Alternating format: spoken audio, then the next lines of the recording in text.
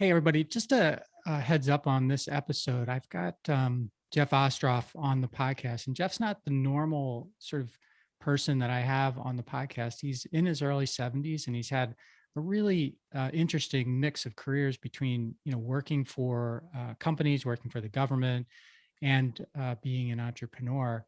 But what's most interesting about his story is what he's done after he, quote unquote, retired, the way he shifted his efforts, the way he really focused on looking forward, and most of all, the way that he got back to doing things that he was, the way he says it, is what I was naturally good at when I was a young kid. So I think there's a lot of value in this episode, and we talk about luck, and we talk about staying connected, staying networked, and a bunch of other stuff. I think you'll like it, and enjoy.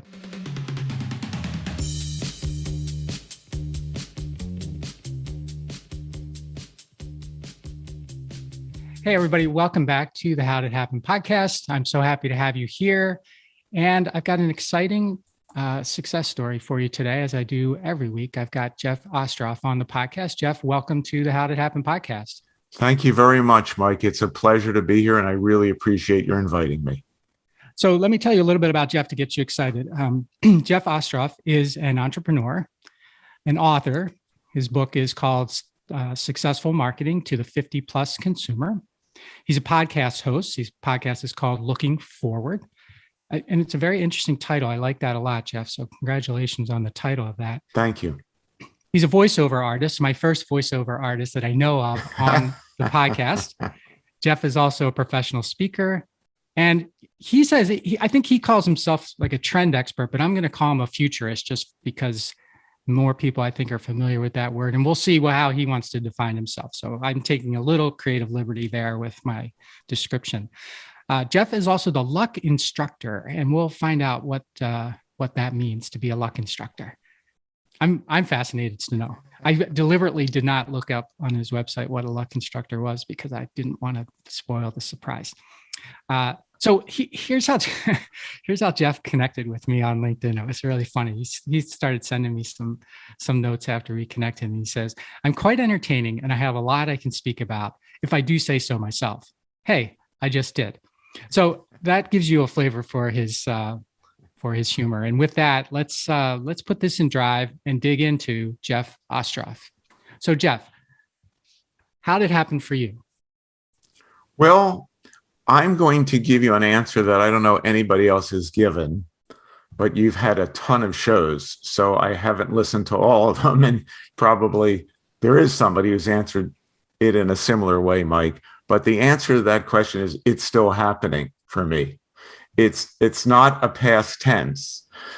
My career, if I want to focus on that, and certainly I'd be happy to talk about my life and your life, but my career has been a series of changes and evolutions and reinventing of myself. So back in the day, it happened, to use your phraseology, by my deciding that I wanted to work in a job that helped individual people as best as possible. And so I started working for the Social Security Administration in the Medicare department, in the Medicare area. At that time, Social Security was the big umbrella tent underneath which was Medicare. And I found that to be very enjoyable. I had an entrepreneurial business on the side called Scenic Cycling, which, Mike, if I ever had a chance to do it again, I probably would. But I found one time when I thought about going back and doing it again, the cost for liability insurance, which I didn't really have when I did it, was prohibitive for the amount of money I was making.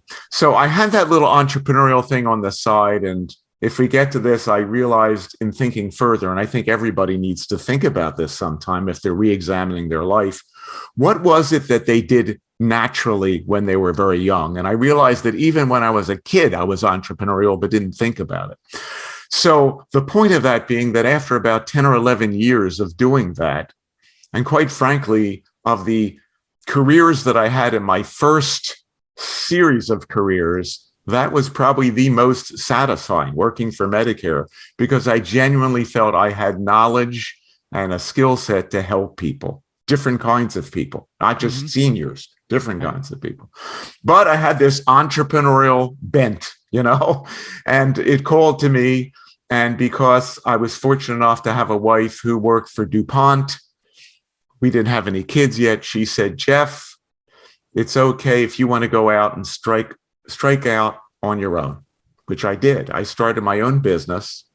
And I thought that what I was going to do was continue to help people with my Medicare knowledge, but focus on corporations who were dealing with retiree benefits and hospitals who might need to know more about how the Medicare program worked, and other healthcare organizations and AARP and so forth.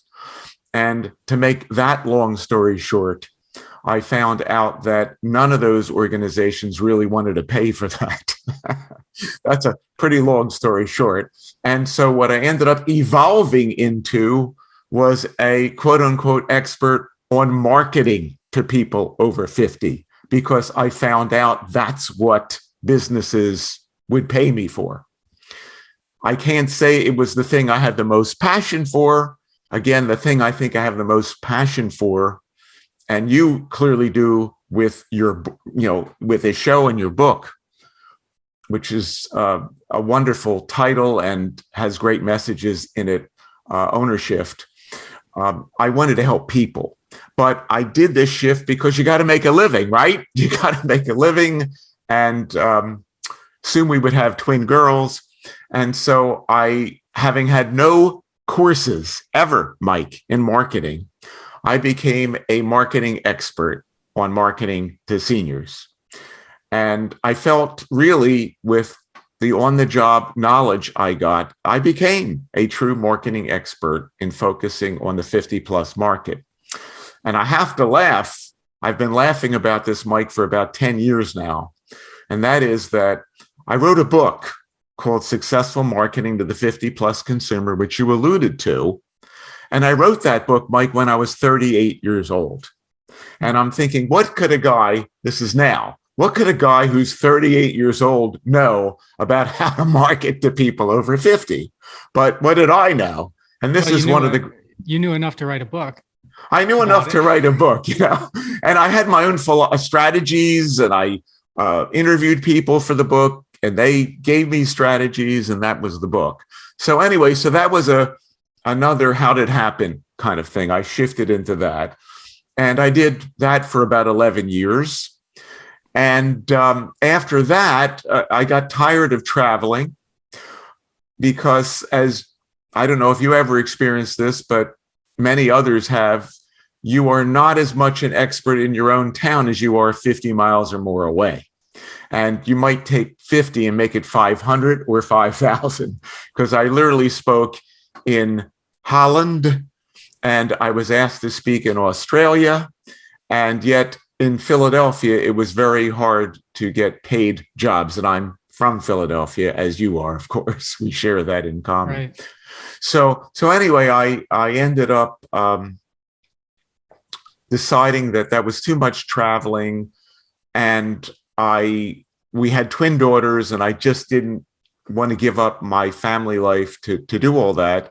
And that's when I decided to go back and work for Uncle Sam again. And I went to work for the VA healthcare system, because my background had been in Medicare, and I did a lot of work on my own as a consultant and speaker and market research guy and writer with healthcare companies.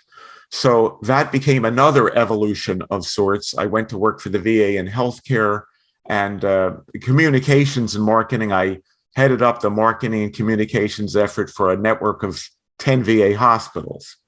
I eventually retired, and again, having that itch, I couldn't retire for very long.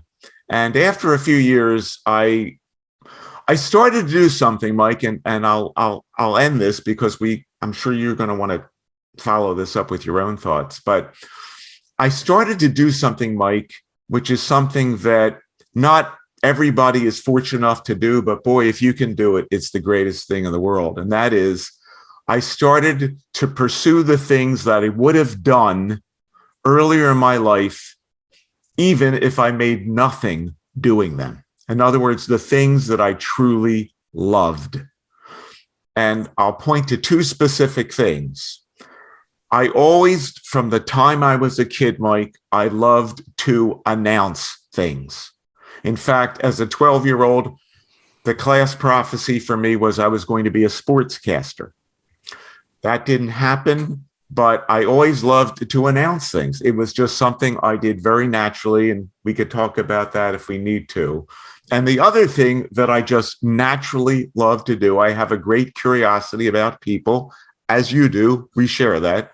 I loved to converse with people, either in an informal way or a little bit more formally in terms of a podcast type of a product. Mm-hmm.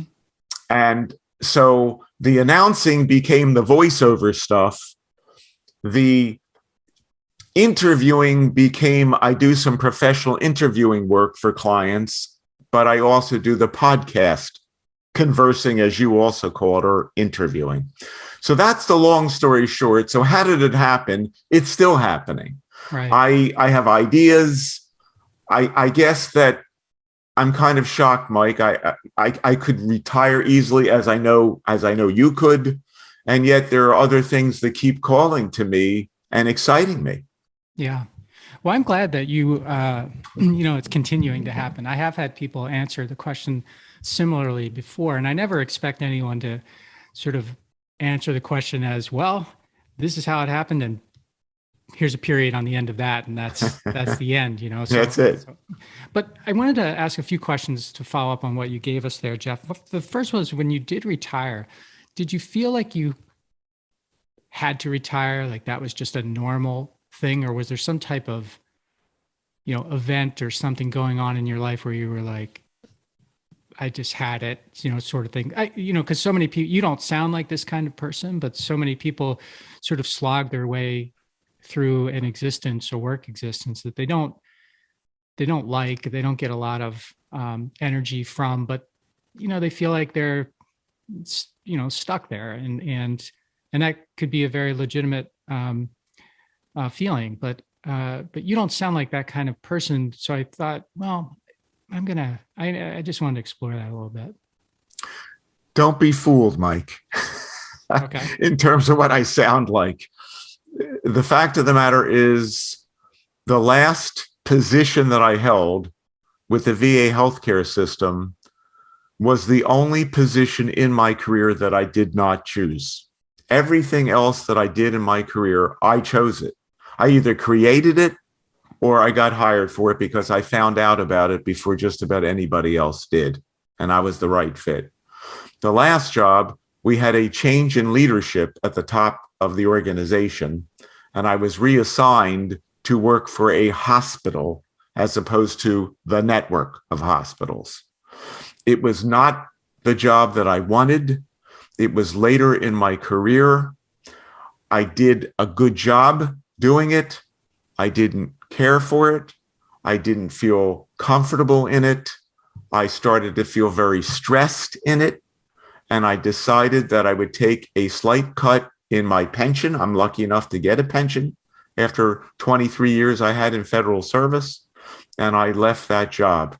And I never looked back. My only regret, or my only concern in making the decision, was if I hang on a little bit longer, I'll have a cleaner exit and maybe I'll make a few more dollars.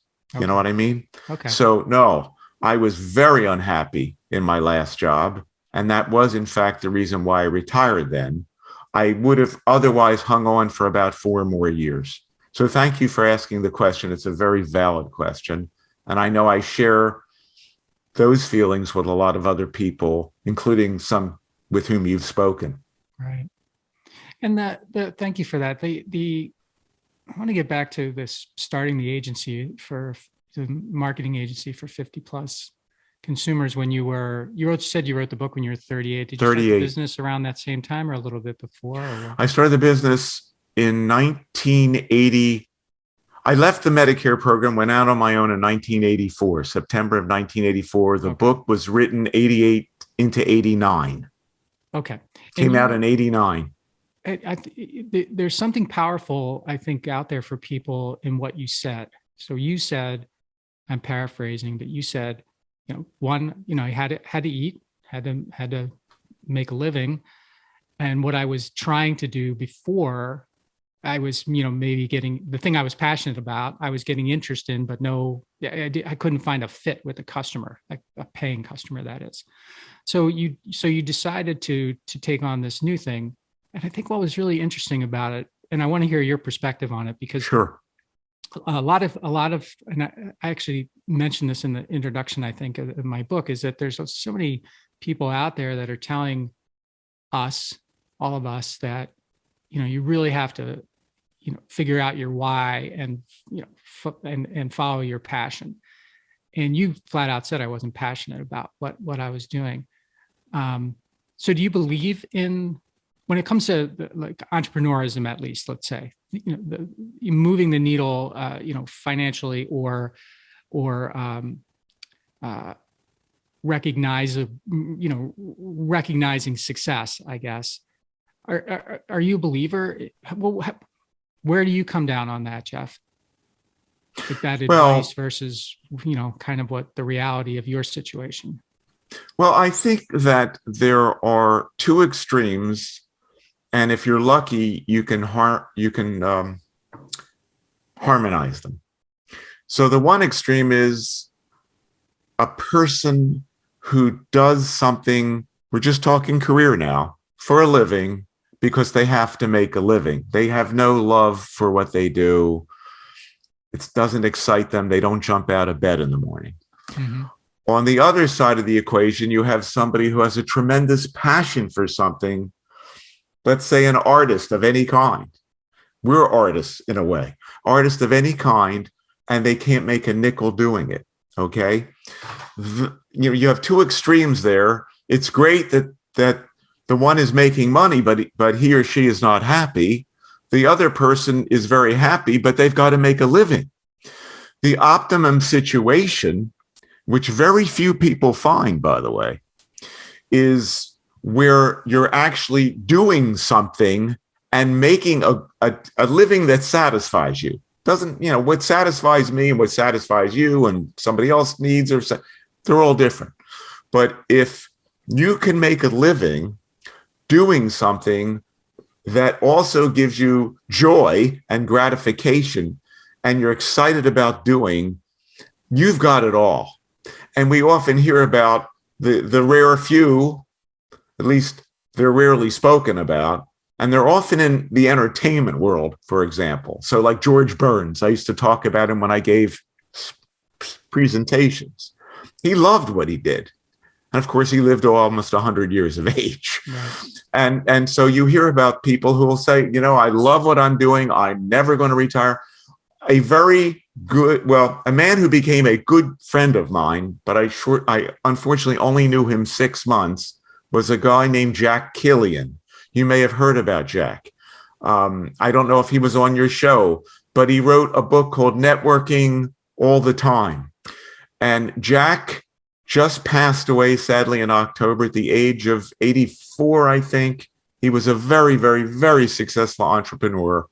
His passion was in networking. He just got joy. He would get up every day excited about networking. And it helped him in his career, too. So I think that those people, and I do think they're in the minority, who can marry those two things, making a living that satisfies them and having it be something in which they have a passion about, a joy for, you got it all if you can do that. Yeah. I think, I think you're right. If you can do it, you definitely, but harmonizing that is a lot less sexy than talking about it, like actually harmonizing it, because it seems to me like even if you get started on something you're passionate about in a business, for example, the grind of the business and the reality of being in business will, if you're not very careful and you're not surrounded by the right people, and you're not forward thinking enough, it starts to erode the passion, because the thing you are passionate about, you're doing less of. I hear you. I think that happens to a lot of people. I hear you. And I'd like to jump on that by saying something else, which I hope that your listeners will find somewhat enlightening, or at least interesting. Years ago, I went to a presentation given by a person I think is so talented, very bright guy, and I work with him closely on many projects, and he wrote the foreword to my book, Ken Dykewald, who heads up AgeWave. And I'll never forget, Ken was giving this presentation in front of a large audience, and he's one of the best presenters I ever heard. Somebody once gave me a compliment and came up to me. They said, "You sound like Ken Dykewald." And I said, "No, I don't. Ken Dykewald is, he's in another league." But Ken asked everybody this great question. He said, "How many of you think the best years of your life were between the ages of 0 and 10? And he went on and on, 10 to 20, he went on and on, over 60. Well, the overwhelming majority of the people in the audience were nowhere near 60. I was certainly nowhere near 60. And nobody raised their hand, thinking ahead that over 60 would be the best years of their life. Nobody. I certainly didn't. I was dreading it. But I'm going to tell your listeners that I have found so far the years over 60 to be the most exciting, rewarding, and wonderful years of my life. Now, it's not going to be true for everybody, and many people don't make it, sadly, to that point. But why is it that way? Because I can pursue things that I truly love without having to worry about, I got rejected for the 5,000th time. It's okay. I have enough money that I'm going to be all right. And besides which, I've been rejected 30,000 times. It doesn't bother me to be rejected one more time, as long as I'm being me and doing what I want to do. And very few people will have that freedom to pursue what they truly want without having to worry about whether or not it's financially successful until they get to that point, if they're able to, even at that point. So I understand what you're saying. When I was younger, it did wear me out greatly. That's probably in part why I went back to working for the federal government and VA. It was very hard. My livelihood, being on my own, was kind of up and down and up and down and up and down, plus a lot of traveling. And if I really wanted to make the money, I'd have to do more traveling. And you have to think about, is this really what you want to do? You're only going to have your children once. I also wanted to be a good husband. And so I just wanted to share that with people, because it may be that you have quite a few listeners who are over 60. At the same time, you may have many, many listeners who are under 60. And I would like them to not be afraid of getting older, because if you take care of yourself, and that's really important, if you take care of yourself physically and mentally, life after 60 can be very exciting. Well, I'm not 60 yet, but as you were saying that, I was thinking to myself, first I thought, well, of course, every next 10 years is going to be as good as you make it, right? So of course there's no age where you expire until you die. There's no until age you that die. You expire. But I can also see what you were saying too, because it's really about how do you think you have a future?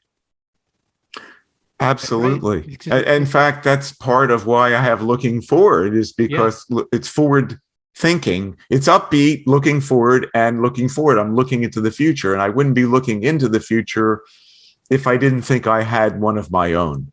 Now, how long my future is, that's finite. I just don't know. But I definitely know and think that for now, there's a future. Yeah. And the finiteness of it, Jeff, really doesn't matter because nobody knows when that is. And so tomorrow's the next day. And then, so looking forward always works until it's Yes.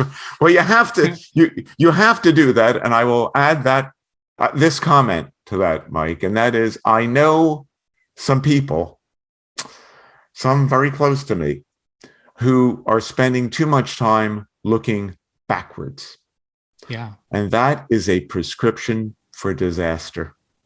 Yeah. Disaster. Okay. Yeah. I call that winding down thinking. So if you're Winding around down. people who are winding down, you're going to wind down. If you're around people who are winding up, you're probably going to wind up, right? Because who you surround yourself with and intentionally makes a difference. It really I think does. It makes a difference. It really does.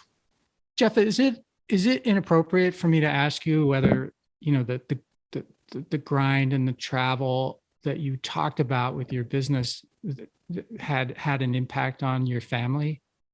Like, I don't think that had a big impact on my family. okay. And the reason is, I know this is a cliche, but I really believe this. And I think if you had a chance to talk to, I will admit she's my ex-wife, but we're very close. After 28 years of marriage, we remain very close. And if you talk to my twin girls, they'll tell you this. I could never allow myself to get too invested in my career. I met some people along the way who had done that. They suffered for it. I had many opportunities to relocate. I never wanted to do it. I wanted to not only be near my nuclear family, but my parents and my ex-wife's family. I'm also still close with them. And I had several entrepreneurial ventures that if I had moved them a little further along, Mike, that could have either been investing money in them or traveling more to make them happen. Any one of these could have happened. And they ranged from a mutual fund to a tournament to a retail store concept to a concept at a gasoline station. The latter of which is actually being done now, but not by me. But each one of those, I was stopped. There was something that stopped me. And what stopped me was, A, I'm not a huge risk taker. And B, I realized the price that I would pay for the success that I might achieve in doing that. In fact, one person, very successful, said to me, "You are more afraid of success than you are of failure." And it was true. So no, I don't think that was a problem. It was a problem in my businesses becoming successful, but it wasn't a problem in terms of my family situation. And so that was very interesting. More afraid of success. Is that because you equated success with requiring your family life to suffer? Yes, that is a function which I still have to keep in check, quite candidly, even though I don't really need to be a multimillionaire in a business. Because I feel as though there's always this risk of getting too caught up in the work that you're doing to make money. And that doesn't necessarily even mean a job. It could even mean maybe I know somebody who was really involved in investing and ended up not being very successful in investing and then didn't know what to do with the rest of their life and became severely depressed. And as far as I know, still is. Person moved away. That was the one thing in their life was. So it's a question of, I try to have balance, don't always succeed, but I'm always sort of subconsciously mindful of the fact that if I get too caught up in this work stuff or this passion that I have for something outside of family and friendships, that it's going to draw me in, and that can be a very dangerous thing because I might lose some other things by the inequality of the time that I'm spending with one versus the other. Yeah. Okay. You said something that struck me, Jeff, and I want to dig into it a little bit more before we shift into, what you're working on now, which Sure. intrigues me a lot. And that was this, I'm way more known 50 miles from where I am than I am where I am. And I don't know if it's a direct parallel, but it got me thinking, since you've said that, like, about really how many people you're impacting with your work. And I think about entrepreneurs myself, executives, people who in their world are exceptionally, they're held in high regard. They're well known. People listen to them. They have a certain expectation about their environment, and it seems like that would transfer no matter where they go, for example. And I think that it doesn't, except for a very, very small percentage of people, it doesn't transfer that well. Like, for example, when you retire, you may continue to be well known inside of the company, but you're gone from there, and outside, nobody knows who you are, and nobody gives you the deference that you were used to getting. Or when you sell your business, all of a sudden you're just a normal person then, and you don't have this sort of support network. And when you said what you said, I thought to myself, okay, yeah, so Jeff's, going all over the country, maybe all over the world, being known for this certain thing he's doing, but around where he lives, he's just Jeff. And so it's sort of the reverse of what happens to a lot of people. And now you spent part of your year in Florida. Yes. And that's what a lot of people do. And I'm sure you're around a lot of people who aren't shifting, who aren't, but we're very, let's call it successful. But now they're it's like that's all gone because they haven't continued to work on looking forward, for example. Do you see that? Yeah. Or do you believe that? Well, yeah, I'm going to give you an example of something that you reminded me of, Mike, that I used to talk about in my presentations way back in the day about marketing to people over 50, but it could pertain to younger people too, if you think about it. There was a guy back in the day when I was doing this stuff. So this is probably in the late 80s, early 90s. His name was Albert Myers, and I think he's passed. But he wrote a book called Success After 60. And he said that most people who aren't adequately prepared for life after the retirement will die soon thereafter. And a great example, either he gave of that or I thought about that, was Paul Bear Bryant, who was the coach of the Alabama Crimson Tide. That his whole life was wrapped around the Alabama Crimson Tide. Right. And when he retired, he lived about 6 months.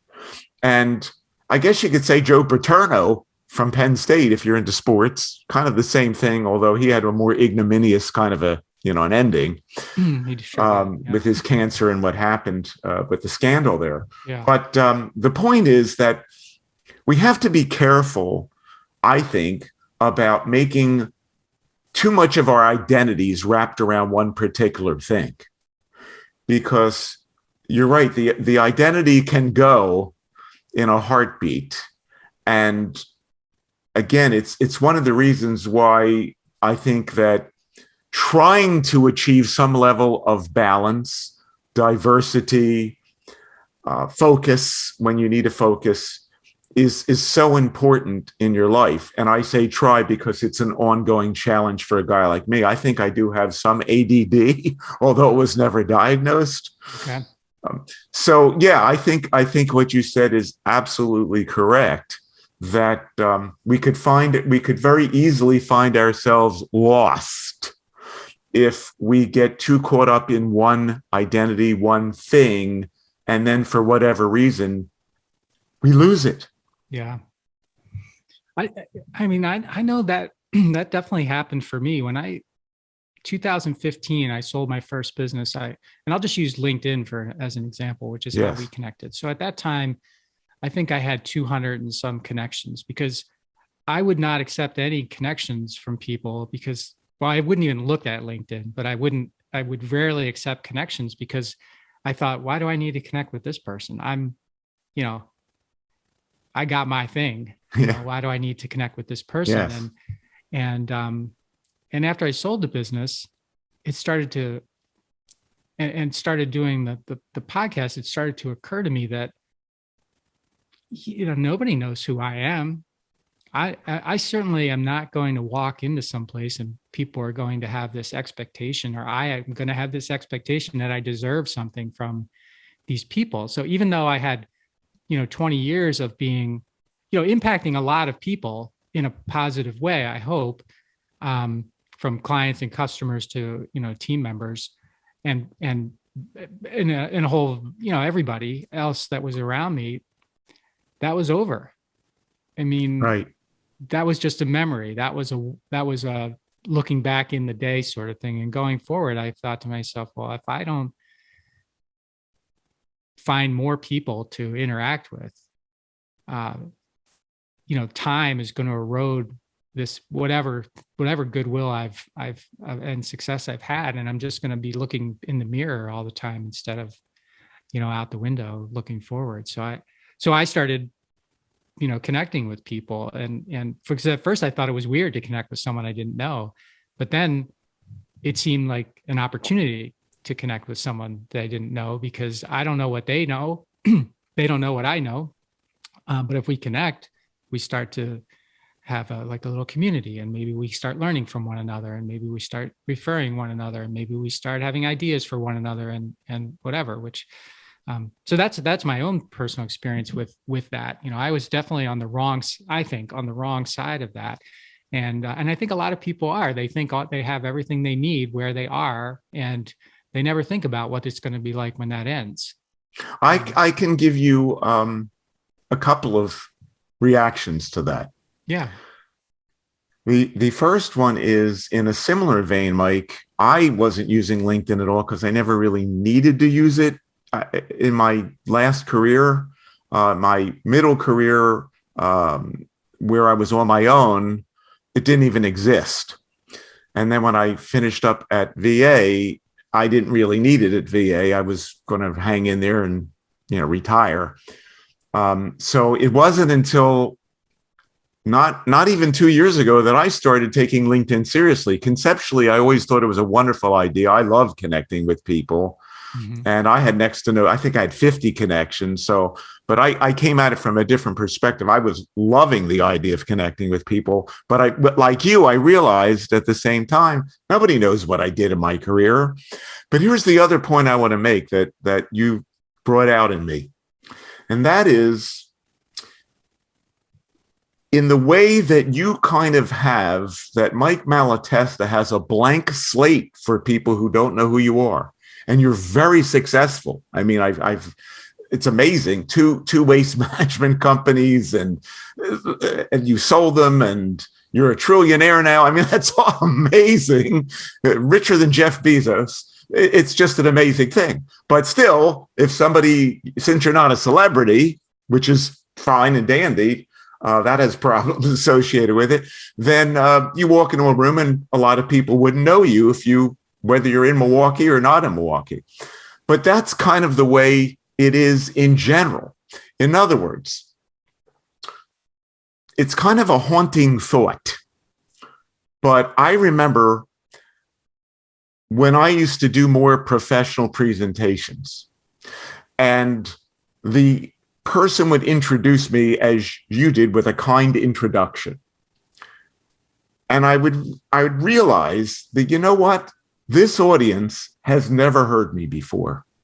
Doesn't matter how great the MC says that I am. I'm a zero. I'm a zero. I mean, I'm a zero with maybe I got one green light on for them. But nothing is going to matter until I deliver, until they hear what I have to say. Then I become somebody. In the same way that when you're just introduced to somebody, or you meet somebody, right? You're a zero if they don't know you. And I know they talk about first impressions. It's kind of like saying first impressions. There are just, 7 billion people in the world. And let's face it, in almost every case, most people don't know who you are. I mean, there are exceptions, of course, but just about everybody is somebody that most people in the world don't know. So most of the time, you're engaging people with a blank canvas, and you have to perform. And I don't mean that in a phony way. You're on, and you have to be your best self in a genuine way. Don't be a phony, but you got to be your best self. So, yeah, I echo what you said about LinkedIn, and I just wanted to throw that additional thought in about first impressions. What is a luck instructor, Jeff? Okay. Well, a luck instructor is something that I've basically created. I don't know if there are any others besides me. And I'll give you, I try to be, I think I am very genuine. I don't put on airs, and I just hate to do that. So I think humility is very important. So let me tell you about that. I have given a 6-hour program to 3 different audiences on how to be luckier in your life. It's called Being Lucky, It's No Accident. I did that at the University of Delaware for students there. It was very successful. People really liked it. I enjoyed it. And I thought that maybe I would decide, this is a few years ago, in the last 6 years or so. I don't think I've done it in 4 years, 5 years. But I did it in person. And of course, now we do so many things virtual, but I did it in person. I thought it was great. And it was based on research I did into who gets luckier, or who are the lucky people, who are the unlucky people. And there's certain principles around that. The problem that I have with that, Mike, is I'll go back to something earlier, which you may want to comment on. I have many, many ideas. I think I have a number of skill sets. I know where I'm not skillful. I try to stay away from that, but I think I know where my skill sets lie. And I thought that maybe I would pursue aggressively this luck instructor program, this luck program with me as the instructor, because I feel I am very qualified to do it. It was very interactive and so forth. Okay. Focus is so important. And I just had to reel it in. It's there. If somebody would contact me and say, hey, we'd love for you to do a presentation for our group on how to be luckier, I could pick it up and do it. But I don't have time being that irreplaceable commodity. I don't have time now to say I'm going to promote luck instructor, because again, people don't know about it, right? I can't, we're going to call Jeff about they don't know, who knows, right?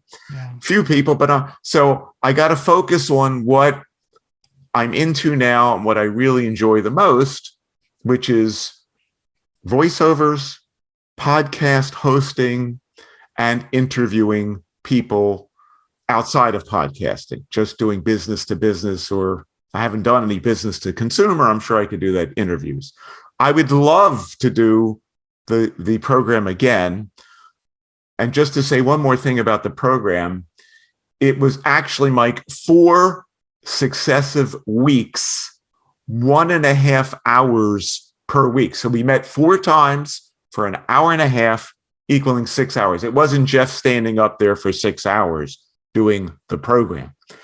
But it is very important whether somebody take a class like that or not. And again, I don't know if anybody's doing it. I would love to do it. But it is very important, regardless, for people to learn more about the certain behaviors and attitudes and skills that are necessary to improve the quote unquote luck in your life. And as I point out in the program, it's not about serendipitous luck. It's not about the guy who in one book was written as having twice missed terrorist attacks because it just happened he wasn't there and he was supposed to be. A guy was supposed to be on the plane that flew over Lockerbie, Scotland. He was also supposed to be where 9/11 happened. And he just happened, for circumstantial reasons, he just wasn't there on that plane. He wasn't in the building at that time, but he was supposed to be. That's not the kind of luck I'm talking about. This is the kind of luck that you can play a much more proactive role in. And we could certainly talk about that more if you'd like to. So the honest answer is I don't know of anybody else who's doing it. I actually did reach out to two people to see if they might want to partner with me in doing it.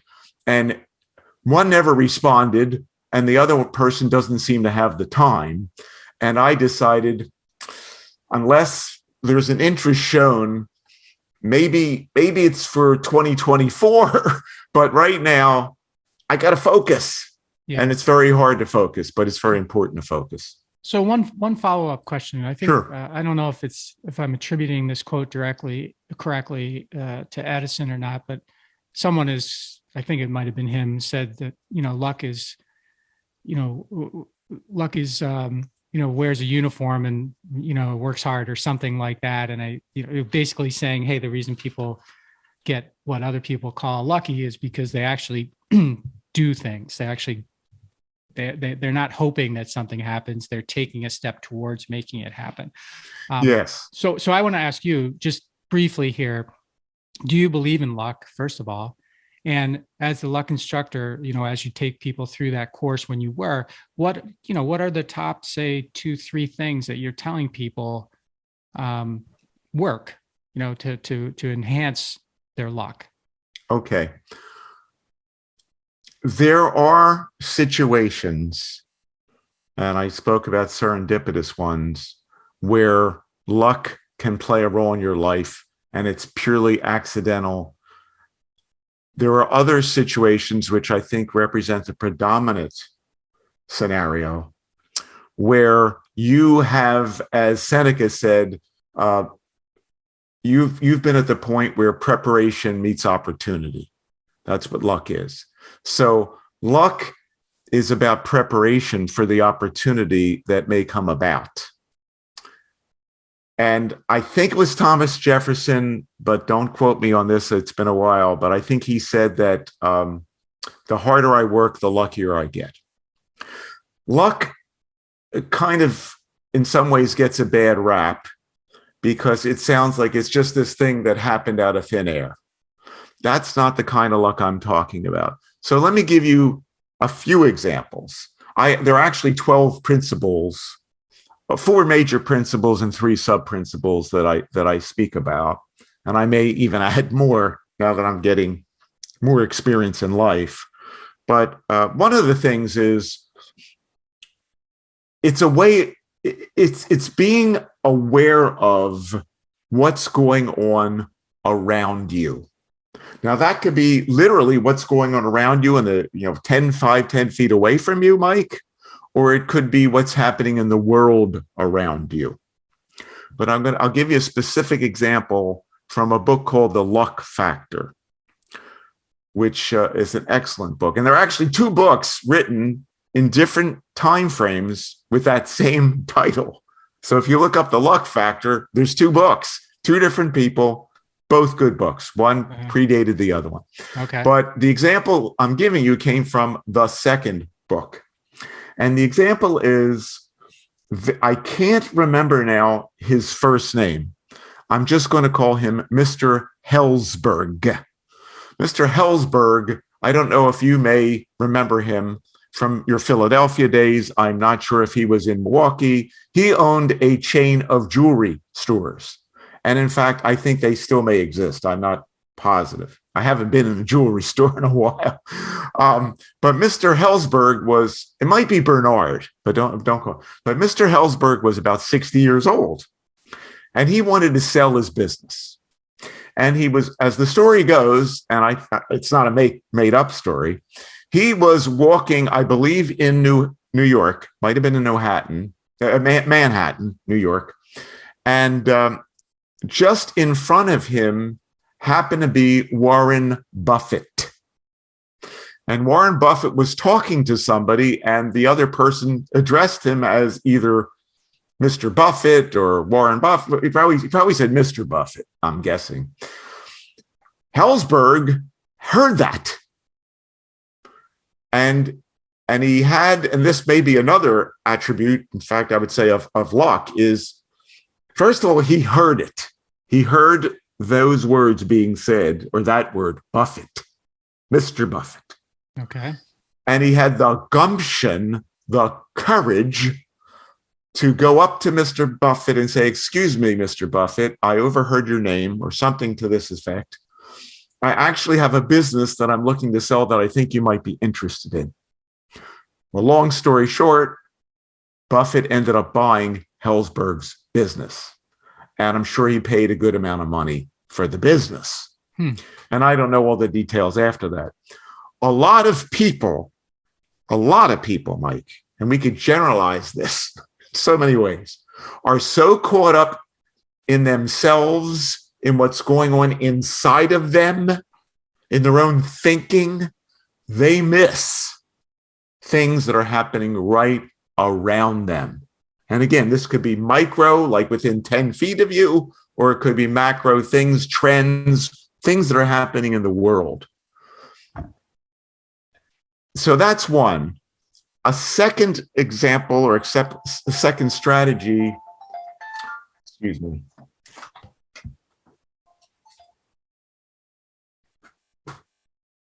Can you cut that out? I can cut that out. Yeah. I thought I had that off, but I didn't. Let's just stop. Let's just stop for a second. I'll count 3, 2, 1. You start again. Okay. Sure. 3, 2, 1.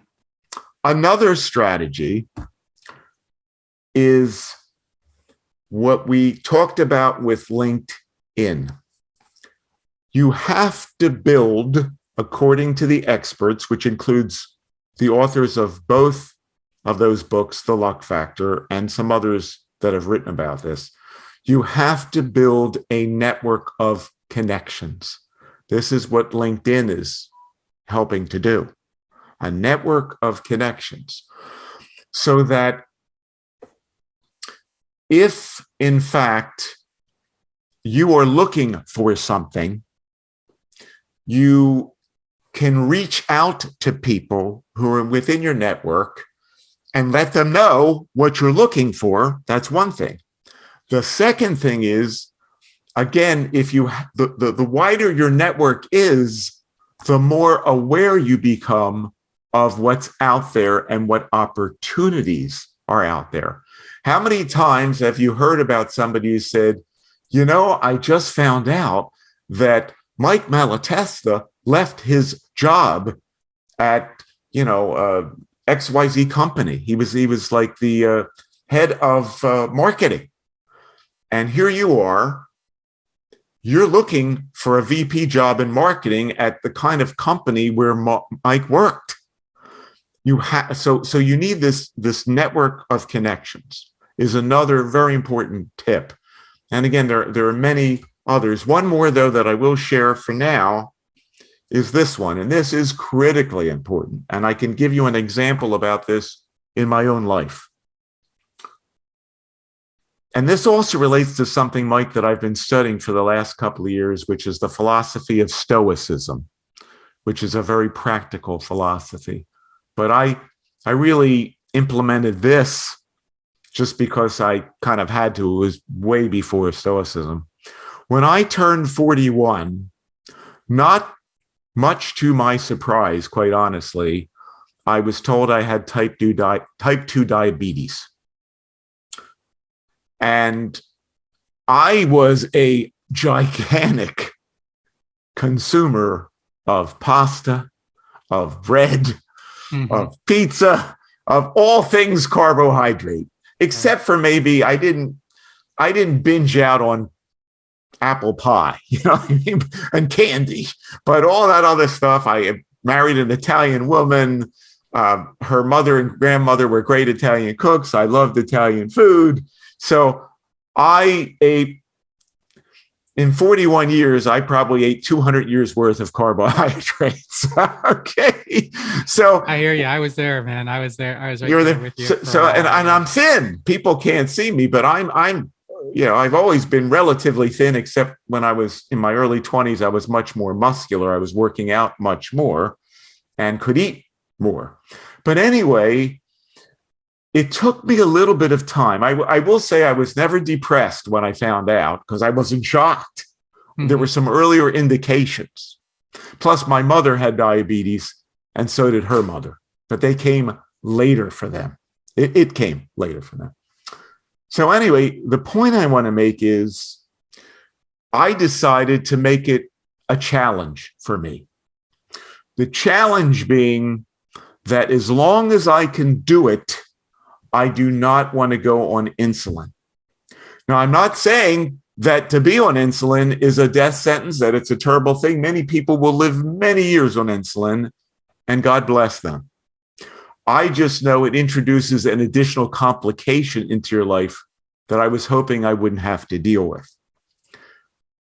And I was told by more than one person, including my endocrinologist at one point, that after about 10 years, almost everybody ends up going on insulin. That's the path when you have type 2 diabetes. But I decided, and I don't want to make myself out to be unique here or a superstar, but I am in the minority. I decided, you know what? I'm going to do whatever I can to not go on insulin. And it's getting close to 30 years later, and I just take the one drug, the first drug that everybody takes, which is metformin. So the point of that is you need to try. It's not always easy, but we all are in a position where we're going to have to do this once or twice or 100 times in our life. And you have, because I've read about your life. You have. You have to take adversity.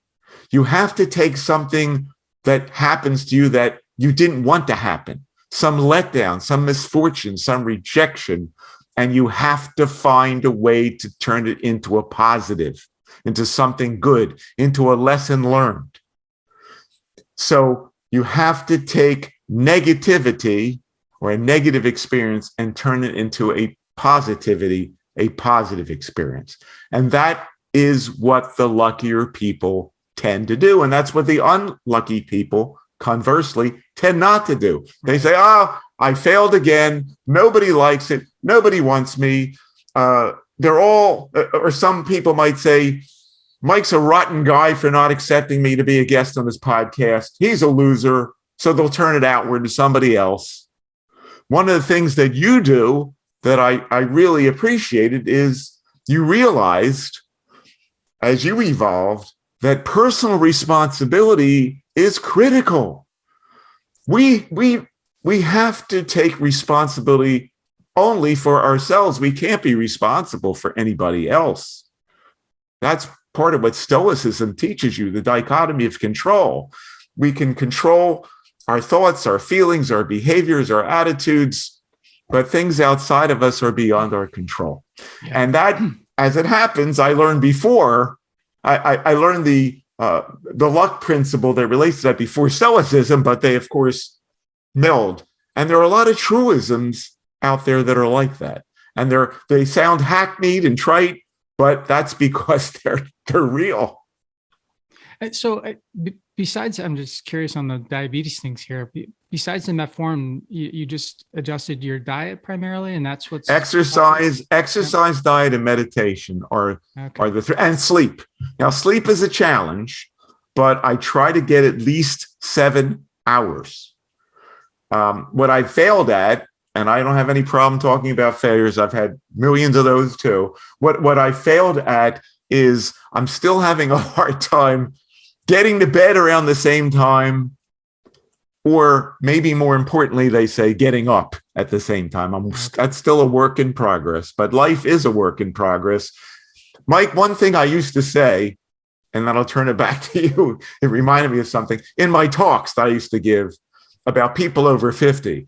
I used to say people over 50 don't want so much to grow older. They want to grow older, with the emphasis being on growing, not on the word older. So we all grow older, right? We're all going to grow older. If we're lucky, we're going to grow older. But the emphasis should be on the word growing, not on the older. That's my belief. Right. No, I think that's a healthy way to do it. I mean, it's just like looking forward. It's the same thing, right? It is. So Jeff, as we finish up here, I want to put a little challenge out to you, if you don't mind. So I would like to meld your voiceover, particularly your British or Southern accent voiceover, with your with a description of your podcast for people and how they can find it and listen to it. Sure. Well, I have a website, www.jeff-ostroff.com. You will also find me on LinkedIn. And here's an important thing, Mike, and I don't know with your name if you've run into this.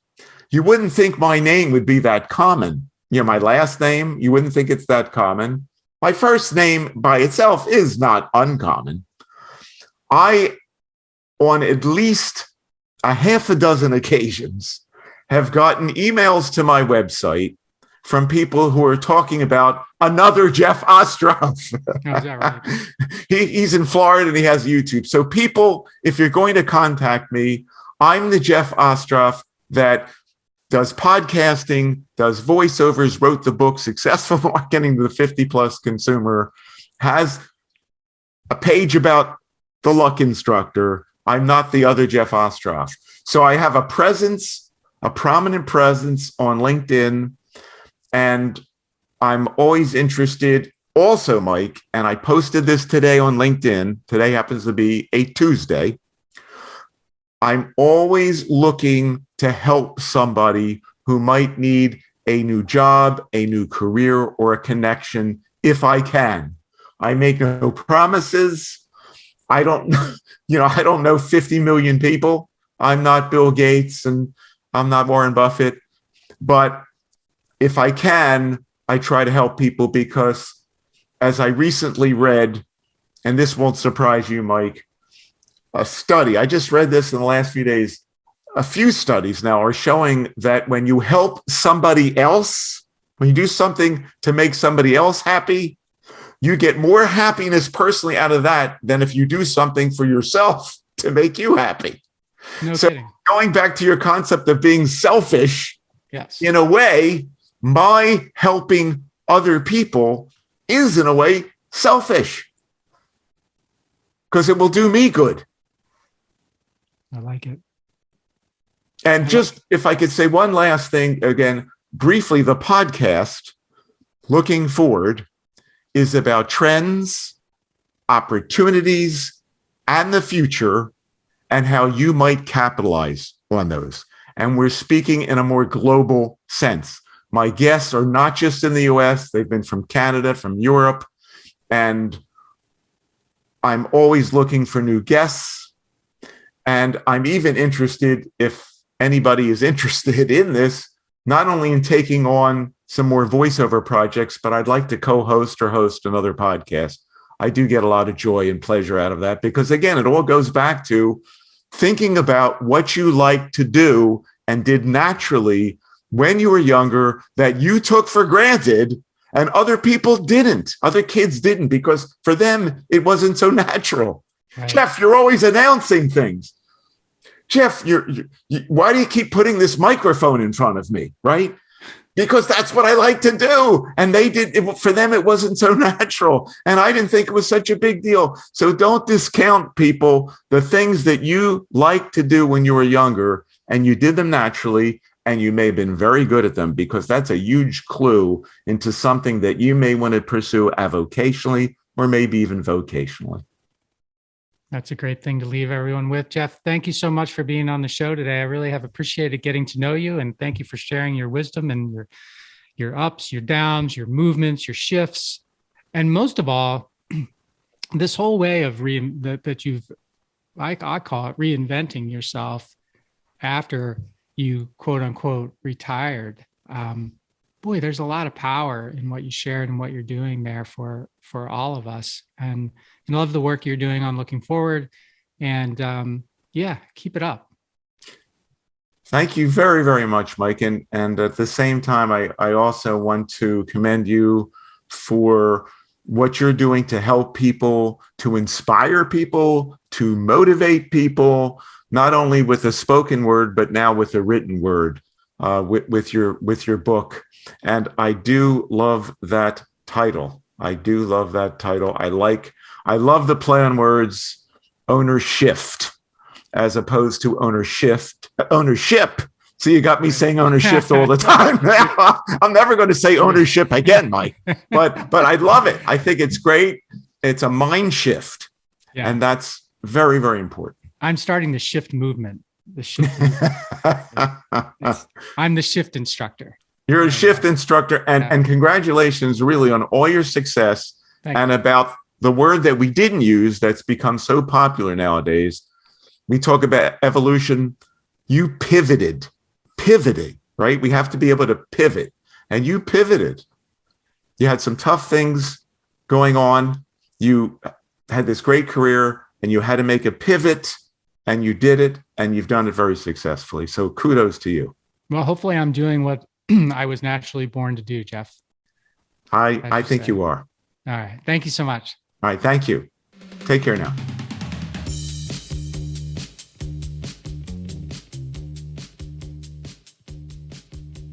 This broadcast is brought to you by WINJECT Studios. We are an all-in-one educational platform for podcasters that revolutionizes how hosts leverage content to increase engagement with listeners, downloads, and income. We come together to focus on community, collaboration, and collective impact. For more information on how you can interact directly with our hosts, access exclusive live content with offers you can't get anywhere else from our official partners, join our purpose-driven community by visiting www.winject.com.